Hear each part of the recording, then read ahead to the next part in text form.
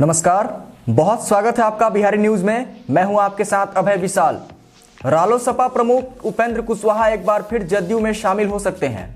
जदयू के पूर्व प्रदेश अध्यक्ष और पार्टी के वरिष्ठ नेता वशिष्ठ नारायण सिंह के अनुसार उपेंद्र कुशवाहा की घर वापसी हो सकती है। उन्होंने कहा कि जदयू में उनके विलय के दिशा में सकारात्मक बात चल रही है। आपको बता दें कि मुख्यमंत्री नीतीश कुमार से उपेंद्र कुशवाहा का रूठने और फिर उनसे जुड़ने का यह पहला मौका नहीं है। उपेंद्र कुशवाहा ने अपनी राजनीति की शुरुआत नीतीश कुमार के नेतृत्व में ही शुरू की थी। उन्हें नीतीश कुमार ने आगे भी बढ़ाया।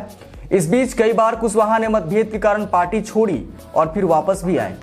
बिहार के राजनीतिक गलियारे में इस बात की भी चर्चा तेज हो गई है कि उपेंद्र कुशवाहा को जदयू कोटे से मंत्रिमंडल में भी जगह मिल सकती है। दरअसल जदयू अपने लौकुश समीकरण को मजबूत करना चाहती है। शायद यही कारण है कि उपेंद्र कुशवाहा की पार्टी के जदयू में विलय हो जाने के बाद उन्हें जदयू कोटे से मंत्री बनाया जा सकता है। वर्ष 2014 के लोकसभा चुनाव में एनडीए गठबंधन में रहकर वो चुनाव लड़े और उनकी पार्टी ने 3 सीटों पर जीत हासिल की थी।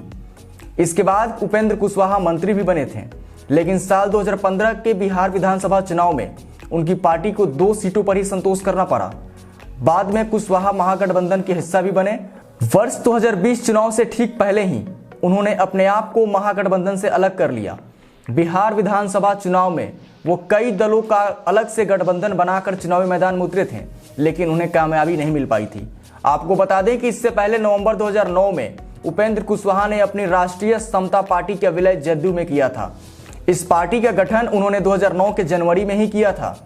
इसके बाद वर्ष 2010 के शुरुआत में उपेंद्र कुशवाहा को जदयू ने राज्यसभा भेजा, लेकिन इसके कुछ ही दिनों बाद उन्होंने पार्टी नेतृत्व के खिलाफ बयानबाजी शुरू कर दी थी।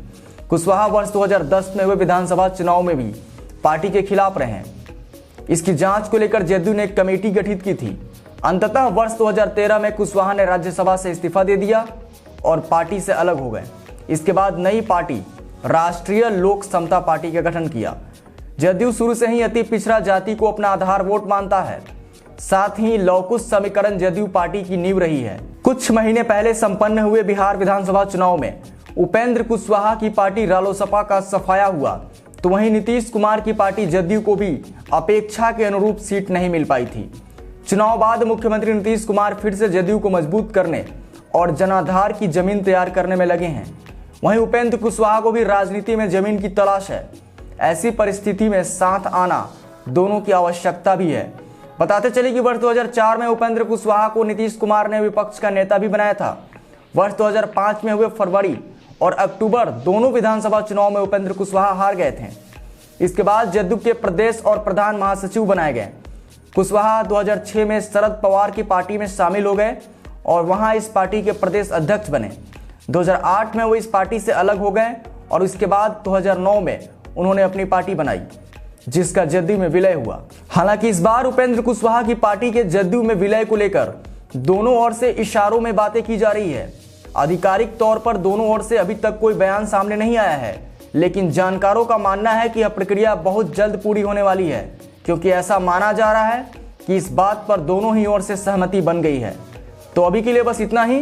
बिहार की हर छोटी बड़ी खबरों से रूबरू रहने के लिए देखते रहिए बिहारी न्यूज। धन्यवाद।